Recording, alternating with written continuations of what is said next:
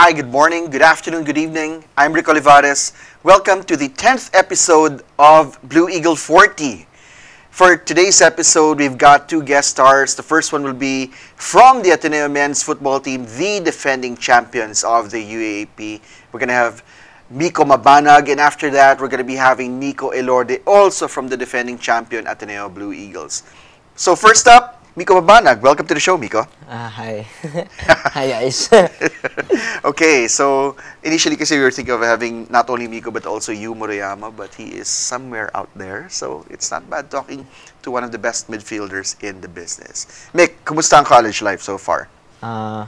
Well, third year na ako and it's super hard. I'm having a hard time.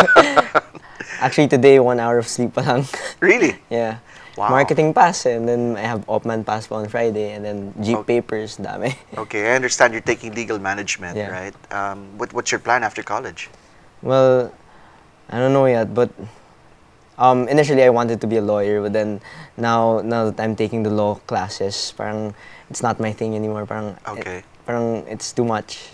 All right. Parang now I just want maybe banking. That's why I might minor in finance. That's pretty good. Yeah. Wow, banking. Yeah. We'll see. All right. So, is this year's team money in the bank for us? I know that we've lost 4 key players. We're talking about Nico O'Donnell. We've also lost Val Calvo. We've lost Eric Figueroa and si Manuel Pelaez also. No? That's tough, you know. I mean, no one expected us to win the championship last year, but we did. You guys did. Now we're losing 4 key players. So, what's your take on that? Well, if you think about it, all our games in this preseason, parang all our games, parang lahat, maraming kulang in terms of players because dami injuries. For instance, Paulo Alilam, dapat siya yung replacement ni Calvo, pero he's been injured. But then in the 2 games that he played really well. For a keeper, our replacement is Yu Murayama. And if you noticed, last year, Yu Murayama and Nico O'Donnell would switch every other game. Yeah. So it's still a good thing for us na kahit nawala si Nick, meron pa rin kaming replacement. Our replacement for Eric Figueroa is our new midfielder. His name's Justin Park. He's from Korea, but he Okay. can play this year. Actually, the team He cannot play. He can play this year. He can play Yeah, this he can year. play this All year. right. Actually, the team's looking pretty well. We just have to recover from the injuries. But the thing is, kahit na marami kang injuries, nananalo pa rin kami this preseason. We've been dominating the games. The only game that we lost when we were complete was against... Actually, we weren't complete again. It was against UE. We lost 2-1. Okay. Yeah, to them. Pero I'm still confident with the team. The spirit is there. We're still determined to win. We just have to... I think it's more of changing some mentalities of the players because, diba, we were the champions last year. And some players think that, hey, champions kami, kaya to this year. It's not like that. It's not going to be that easy because it's not gonna be that easy. when you look at the UP Fighting Maroons, who were champions 3 times in the last 5 years, they felt that it might have been a fluke loss, diba? Considering they have national players in their squad, they have a large pool of players. LaSalle has no doubt gotten better this year also. NU, after a year of experience, definitely they're going to be a tough team this year. I think almost every team is going to be very good this year, no? But we've talked about, you've mentioned new additions. Are there any other new rookies to the squad? For now, the standouts for me are, like what I said, Paulo Alilam, our midfielder, Justin, and then the other defender, Robbie Andres. Okay. Those are our standouts. So Robbie will be replacing Tuason, who is si Migs Tuason, or because center back. Yeah, Robbie can play center back. He can play outside back, and he can also play center defensive mid. So more or less, our back line is still there with Intact, Enzo, with Jico, Kokoy, and then Kokoy. Luis Mendoza. That's pretty good, right? All right. The preseason is coming up. But before the preseason, wait, you mentioned kasi midfielders, defenders. One of the biggest problems, I'd like to backtrack a bit, I'm sorry about that, is our problem was forward position. Yeah. We didn't have a natural striker up front, Yeah. diba? We were playing guys who are actually converted midfielders and all that. But has that been addressed this year? You said you've been winning, so has it been addressed? Actually, yes, because we've been scoring Sige, a lot. sige nga, sige. Who's been scoring? In our past, Ikaw din, kasama ka doon. Midfielders pa rin nag-score. Pero at least ngayon si Jacobo. Jacobo's been really mobile this year compared to last year. Has he lost weight? Yeah. If you guys notice, okay, just a fun fact for you guys. Jacobo was about 220 pounds last year. Now he cut down to, now he cut down to 160 yata eh. Oh, that's good. Well, okay, for the viewers Approximate out there, na yun, Jacobo Lorenzo is from obviously the Lorenzo family, Moro Lorenzo, that family. And he used to be one of the star players in high school, but in the last few years, he's found it a little difficult to get back because he's been heavy. But he was a part of last year's champion team. So at 160, wow. That 160 or 170? Nevertheless, that sounds good because he looked really heavy last year. Parang siyang linebacker, running up down the field like that, When he bumps it to someone, tumatalsik yung kalaban. Oh, that's good. That's good for Hack. It's good to know that. All right. To that point I mentioned earlier, next month is the preseason cup. That's the Phil Oil Cup. That begins October 13, to my understanding. I never knew that. Well, now you know. But nevertheless, you're competing, right? You're competing there. Okay. Do you feel that you're going to have the guys like sila Alilam back for that one? Alilam's out for a month because nagkaroon ng internal bleeding yung yung hamstring niya. Oh my gosh. Yeah. It's bad. But then kaya pa rin. As in kaya pa rin talaga. Malakas pa rin yung team. Okay, the preseason cup is played in Nuvali. So Jesus, again? Yes. And this year's UAAP tournament is going to be played in FU Fern for the first time. So that's here in Diliman, that Commonwealth. It's not yet sure. No, it's sure already. It's sure now. Because so they have another meeting though. They have another meeting. Yeah. Okay, sige. Whatever it is. But if it's going to be held here in Ateneo, that's going to be good for us. But, okay. Do you feel that, for the first time we're seeding that home field advantage, do you think that's going to play a factor right there? Oh, it's going to play a big factor. Sige, one of the crowds, for me, one of the best crowds is FU. Sobrang solid ng crowd nila. Next to that is UP na, tas kami. Parang, you mean pag third lang tayo sa home crowd? No, I mean like not in order, Okay, not in order. Okay. Pero yun nga, parang masarap kalaban yung FEU kasi their crowd is really intense. Yeah. They're part of the game talaga eh. Tsaka they cheer. They just cheer non-stop. It's impressive. Playing in FEU would add a factor to both teams. Of course, sa kanila, home court advantage sa amin. Syempre, home court sila, edi mas mababa yung advantage na in terms of spirit. Okay, you're talking about home court advantage for FU if it is indeed played there. But there's another factor. Turf yun. Turf. Tapos you're coming from grass to turf. There's a difference, obviously, in the style of play. Yeah. Have you guys played in their turf? I have, actually. Oh, your take on it. Okay. Pero if you guys go to malls and see the grass that are displayed, parang ganyan, and then the granules aren't the ones that they use in BGC and or Emperador. Those granules are parang iba eh, color red and beige, tapos may rocks pa na kasama, and it's super thin. When you step onto the field, you can feel the ground talaga. It's hard. Okay, I'm gonna tell you a story. Last year, when Loyola, actually the supposedly alumni team of Ateneo, which is no longer actually, when they first played in Singapore for the Singapore Cup, it was a hard surface at Jalan Basar Stadium, and that was turf. And they just went down like flies. They were all cramping up. So do you feel it might be a factor on that hard turf surface? Because diba pag turf, the game's faster. Yes, it is. It is super fast, and I think kahit condition ka it's gonna affect the muscles sa paa mo eh. It's super hard. So okay, therefore you have to also adjust in your terms of shoes, diba? Daming adjustments ang kailangan. Okay, is that something you're already talking about as a team? Well, like what Coach said, there's another board meeting, because all the teams didn't want to play there. Really? All the teams didn't want except FEU. Except FEU. Because FEU, parang what FEU proposed to the board was, if Fridays tayo maglaro doon, we'll bring Studio 23. And then everyone was like, okay, let's think about it. But then Sir Palu said na papag-usapan ulit. So it's not yet final. Okay. But then again, Miko, that's only one field if you hold it here in Ateneo, you can play 2 games simultaneously. Exactly. Diba? So, does that mean mapapatagal yung tournament? What have you heard? Will the tournament start? The tournament's gonna start. This is what they want. The tournament's gonna start on November, the last week of November. Okay, halos sabay na ng volleyball. Halos sabay na ng volleyball. Tapos our games are gonna be Fridays, Saturdays, and Tuesday yata. That's the proposed lineup. And then, iba na rin yung format. It's top 2 na. Top 2, wala ng Final 4. Wala ng Final 4. Which is the proper thing. This is not basketball. Diba? Tapos hindi na twice to beat. It's 1 game finals. That's the way it should be. That's back to the way it was before. Okay, for those who are tuning into this telecast, what we're talking about is that kasi yun nga, after hosting the UAP men's football tournament and women's football tournament for so long, this year it's supposed to be moved to FEU Fern.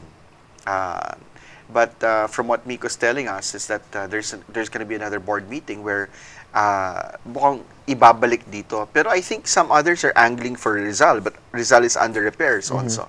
Diba? So mukhang babalik din sa atin. Diba? Okay. Pre-season cup. No? Balikan natin yung pre-season cup.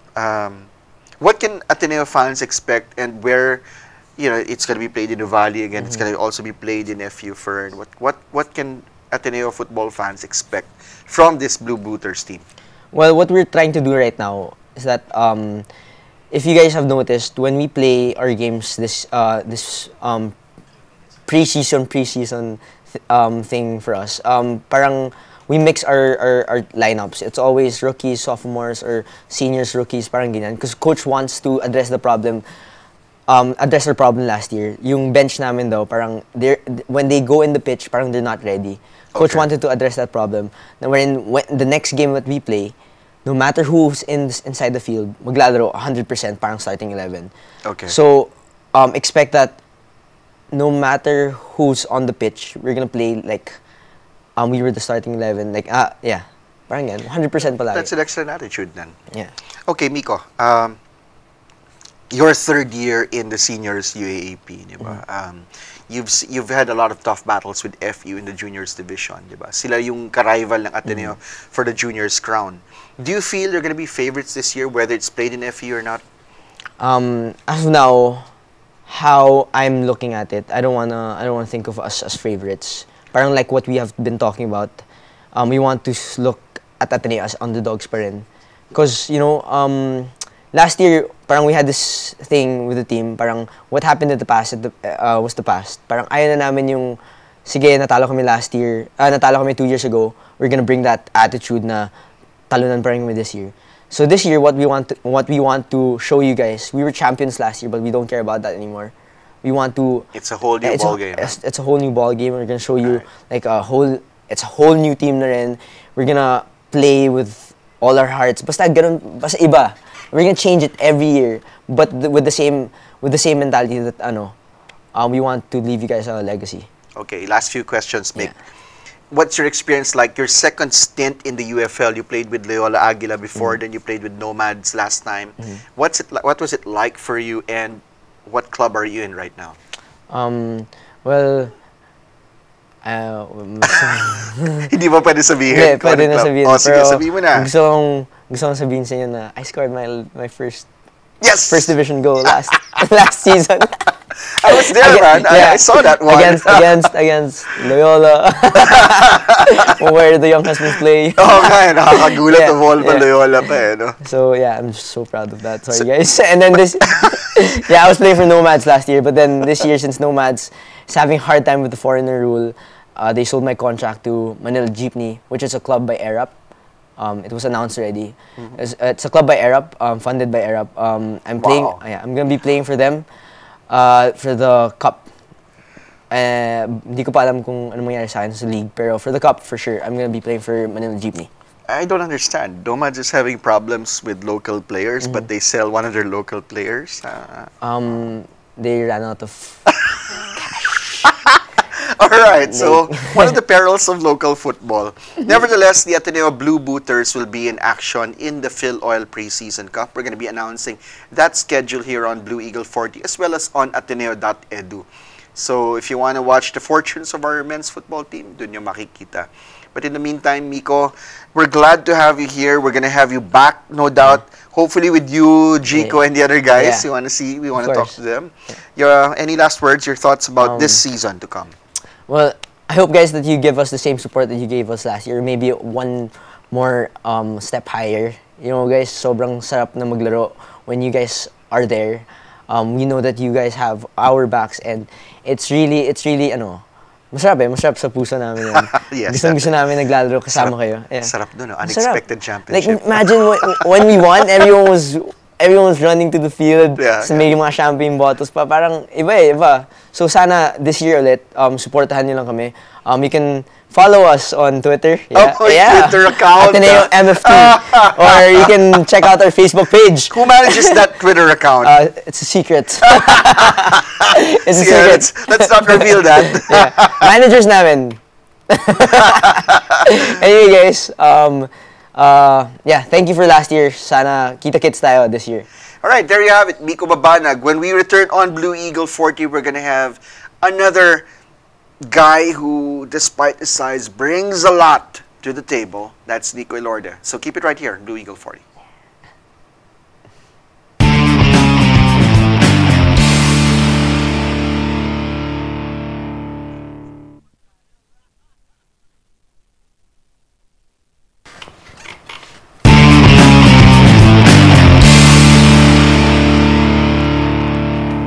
Welcome back to the second half of the 10th episode of Blue Eagle 40. Our guest right now is one of the biggest crowd favorites of all, Nico Elorde. Nico, welcome to the show. Hi, sir. Thank you for having me here. Okay lang yun. Long time coming yan. Actually, ilan pa lang sa mga teammates mo nag-guest dito. Usually, we guest former players o mga media people. So far, we've had, this year, we've had Wami Chongson, we've had Chris Newsome. Diba?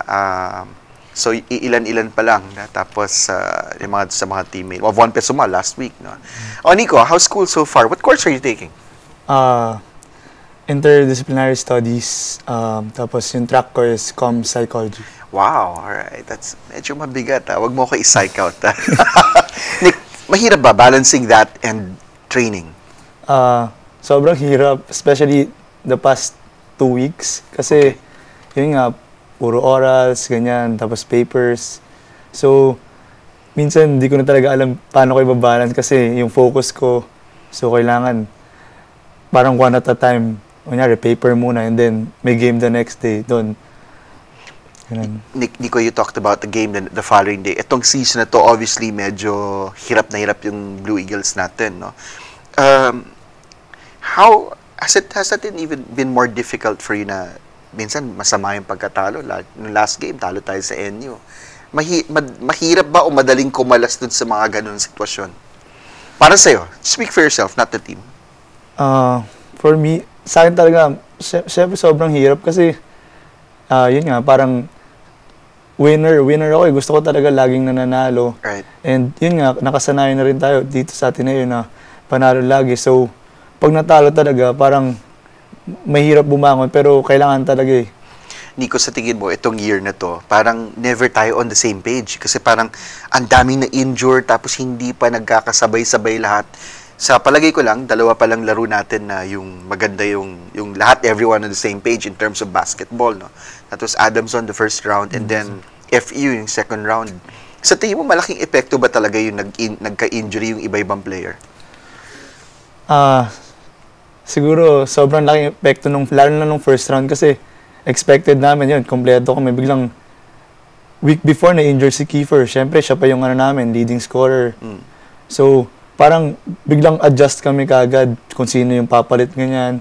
So, kapaan na naman ulit. So, ngayon, mas okay na, medyo daan-daan nakakabalik naman. Pero tayo naman naghahabol ngayon. Kasi last year, kumbaga may baon na tayo mga panalo. Ngayon, naghahabol tayong panalo. Nico, talk about that loss to NU. No? Let's talk about first time na sweep tayo ng NU Bulldogs since 1979 sa aking hindi ko maalala yun dahil grade school pa ako noong 1979. Pero ayon sa research ay dun tayo huling na sweep ng Bulldogs kasi dahil at the time Ateneo just transferred about a year into the UAP. At the time, many of the star players did not want to play because they felt the UAP was a lesser league. So, puro mga hugot sa Intram, sa IAC, kung saan-saan. Walang panalo Ateneo ng taon nila. Anyway, NU. Nangyari na pala yun, sir. Oo, nangyari na yun. Nangyari na. Pero NU, no, unlike nung first round na talagang tinambahan tayo, itong second round, we were right there with them. No? Pero hirap, until yung jump shot ni Poy na yun, hindi tayo lumamang. Kwento mo, sa pananaw mo, nangyari nung game na yun? Sir, siguro, sa palagay ko, naman okay naman yung laro na binigay namin, effort, pero kulang pa talaga, like yung sa defense, like yung kay Parks, yung mga simple details ng like, challenging with, diba, left-hander siya with the right. Yes, yes. Most of the time, pag challenge ni Chris, na siya, left hand din ginagamit niya, so yung mga ganon, yung mga small details ng, like last practice, in-explain niya sa amin ni Coach Sandy, parang yung mga ganon, hindi na natin pwede magawa this stretch of the season kasi yun talaga parang makaka-apekto talaga yun, lalo na sa mga closing minutes. Okay, you talked about yung closing minutes. A lot of our losses this year have come in the closing minutes. There's Lasal, there's, of course, NU, di ba? Even FU, first round, overtime, di ba? Bilang veterano, ano pang, you mentioned yung mga hindi natin dapat gawin, ano pang kailangan natin gawin? Ito, win or lose to, win or go home to, itong sa Wednesday. Anong mga kailangan natin gawin doon? Siguro, yun nga, from start pa lang, bigay todo na, lalo na, para hindi na natin, parang, hindi na tayo asa sa mga refs, ganyan. Simula pa lang, dapat, kung kaya natin layuan na natin sa Wednesday, kasi, yun nga, mahirap na pagdikit yung laban. Okay, pero UST is a team na medyo hirap tayong kumalas pagdating sa puntos. May sinasabi si Kiefer, kahit makascore ang Ateneo ng 8-10-0 run, pagtingin mo, 4 points lang lamang natin sa mga to. Talk about UST, how good a team are they? Kahit wala na si Jeric Fortuna, na dati mong teammate. Sige. Ngayon, kasi UST, yun yung isa sa top ngayon, talagang expected na sila this season. Kaso yun nga lang, na-injure si Jeric Teng. Pero, yun nga, like naman kami ng kunyari, malaki, like the first round, biglang, pagkakita mo, mahabol na sila, mabilis. Kasi, yun nga, like Clark Bautista, biglang titira ng tres, back to back, ganyan. Grabe. Habol na kagad. So, magiging mabigat talaga yung laban sa Wednesday, pero, yun, gagawin talaga namin lahat. Okay, in the last 2 years, medyo grabe yung mga battles natin with UST. Tinalo natin sa UAP last year for the 5-beat, tapos binawian naman tayo ng Champions League, di ba? And then, nung summer, sa Philoil, tinalo tayo noon. Our first loss during the summer noon, tinalo tayo in overtime also, na atin na dapat, pero natalo. No? Although we got them in this first round, expectations, second round, do you think they're still struggling with Jeric Teng, only yung kababalik lang ni Jeric? Siguro, sir, yung napanood ko, like, yung isang araw, yung natalo sila sa Lasal. Medyo, yun nga, parang nailang pa sila, yung rotation nila, nag-iba.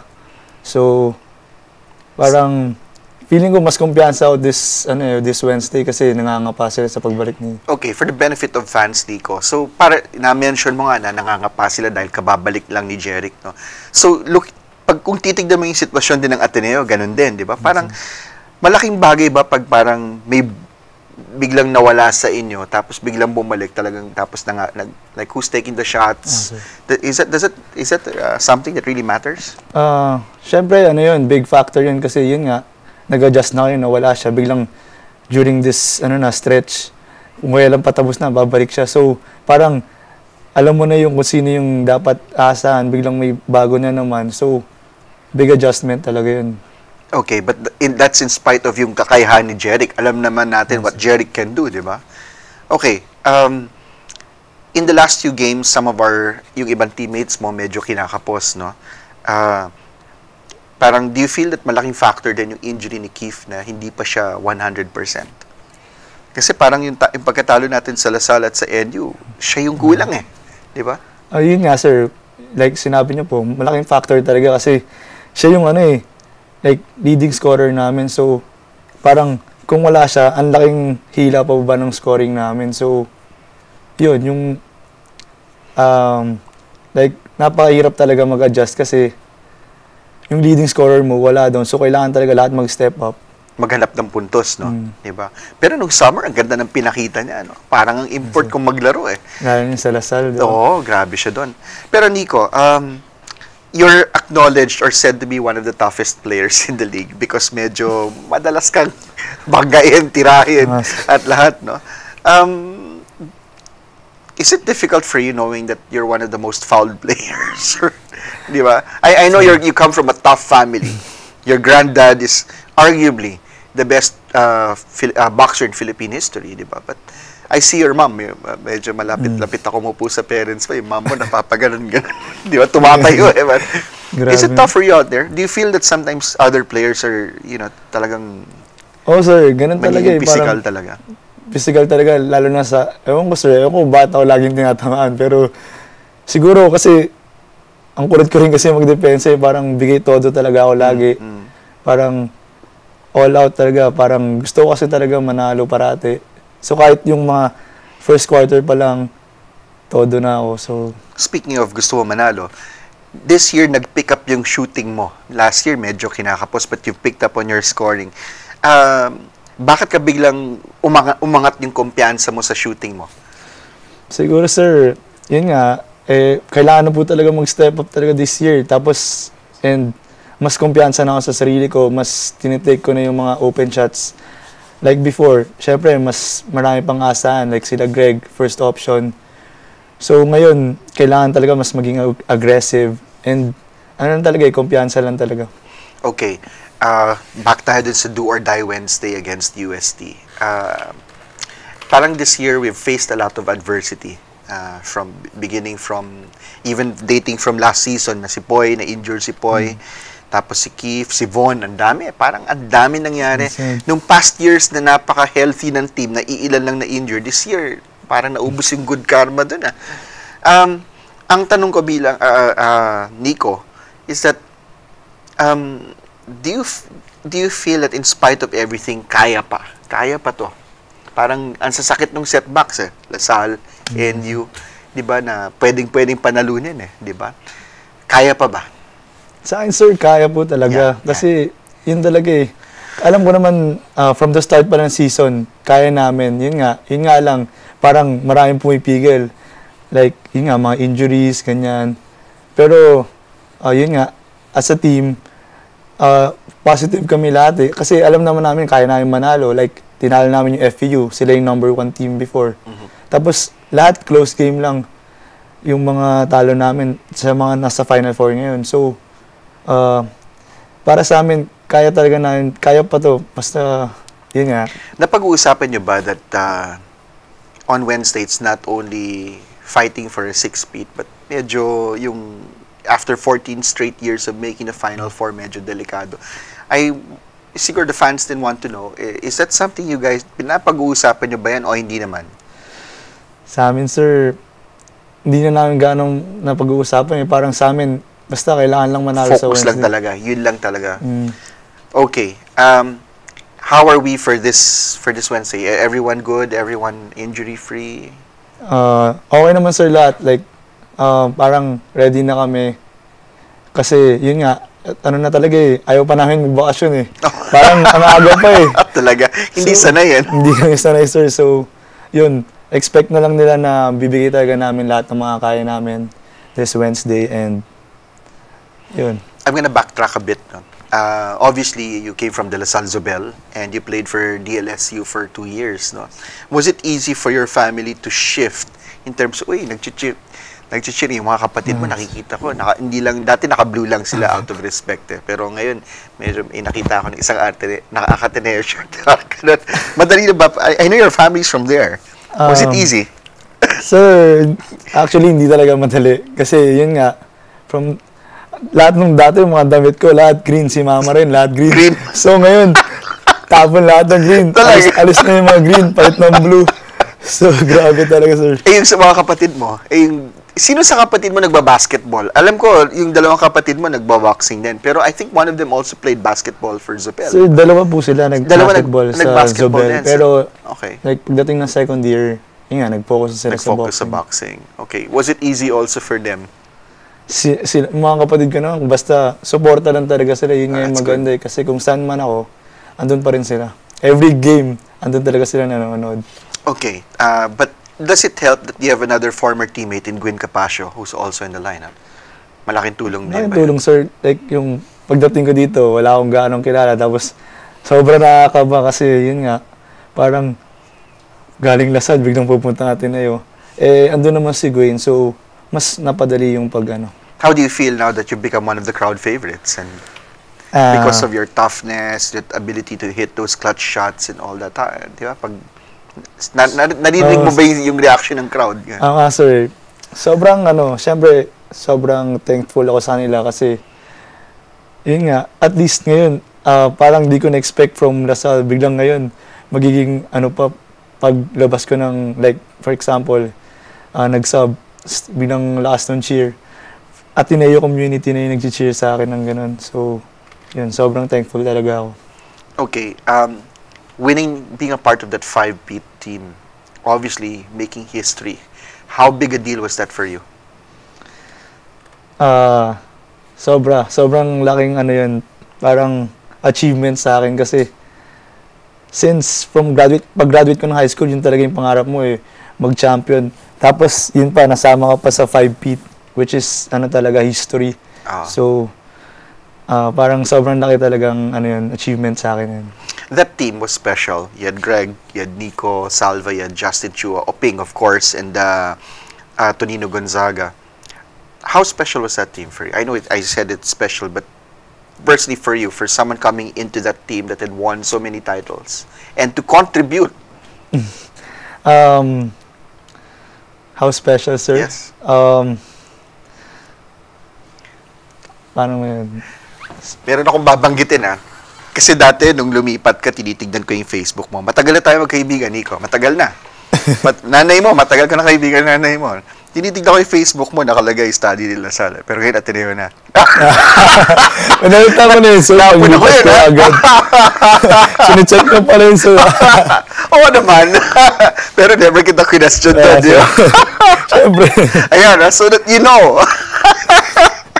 Nakita mo ba pala yun? Nakita ko yun. Kasi, remember, I was recruiting you also. Kinakausap kita, lipat ka na. Pupunta ka rin pala. Nakakuha na kita sa Gatorade. Alright, but yes, this team, how do you feel about this time, being a part of all of this, even if it's such a difficult season, na parang lahat against us? But, does it still make basketball fun for you? Masaya pa rin ba? Sobra, sir. Parang, hindi ko alam. Ito talaga yung pangarap ko, sir. Tapos, yun nga, nag-enjoy pa ako. And, hindi ko ma-explain, sir. Parang, basta yung kasayahan ko talaga nasa basketball. Tapos, sobrang special na napasama ako dito. Parang meant to be ako na napunta pa ako dito. Mas napaganda pa yung yung career ko na, yun nga, napasama pa ako sa history na, yun nga, 5-peat champions. Let me ask you this, just ilang katanungan na lang, Nico. Naabuto mo pa si Eman Monfort, although nasa Team B ka ng Ateneo noon. Nakikita mo ngayon si Eman Monfort, napakaganda, pinapakita sa PBA. Surprise star for his Barako Bull team. Does that give you hope? Siyempre, sir.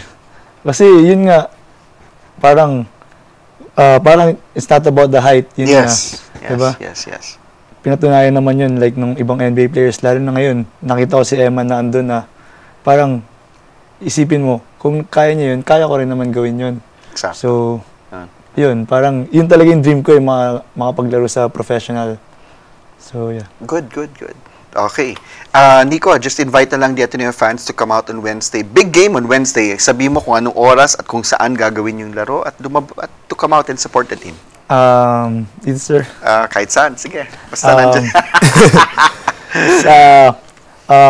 Sa lahat ng Ateneo community, please support us on our game on Wednesday. Sobrang big game talaga to para sa amin. Expect nyo na gagawin namin lahat. And don't lose hope kasi everything is possible. All right. So there you have it, Nico Elorde. Hopefully we'll be, well, it's not hopefully, definitely we will be seeing more of Nico and his teammates here on Blue Eagle 40. So we wish the Blue Eagles the best of luck this Wednesday. So we hope you enjoyed the 10th episode of Blue Eagle 40. We hope to see you on Wednesday, so let's keep it right there. One big fight! Yeah, one big fight!